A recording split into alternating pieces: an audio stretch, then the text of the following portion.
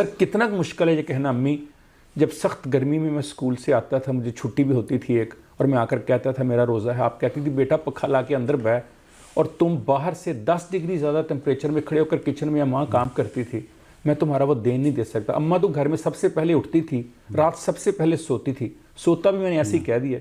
हम 5 भाई हैं सर, मैंने अपनी माँ को रात जागते ही देखा, कभी एक भाई के सराने खड़ी, कभी दूसरे के सराने खड़ी। क्या मैं इतना नहीं उस माँ से कह सकता, माँ तेरा वो रातों का जागना, माँ तेरा वो मेरे सर पे प्यार देना, माँ तेरा मुझे दुआ देना, माँ मैं सारी ज़िंदगी नहीं भूल सकता। सर इस एक जुमले के साथ आप थेरेपी कर रहे हैं, अपनी भी उस माँ की थेरेपी भी कर रहे हैं। सो इजहार करना सीखिए। सर अपने बेटे बेटी को बताइए कितना फ़ख्र करते हैं आप उनके ऊपर, उसे बताओ बेटा जब तुम्हें देखता हूँ मुझे कितना अच्छा लगता है, बेटी तुम मेरे लिए कितनी बड़ी नेमत हो, उसे बताओ। सर बताने से इमोशंस खुलते हैं, गिरें ख़त्म होती हैं, नाकामियाँ ख़त्म होती हैं, कम्युनिकेशन स्किल से सर बातें आगे जाती हैं।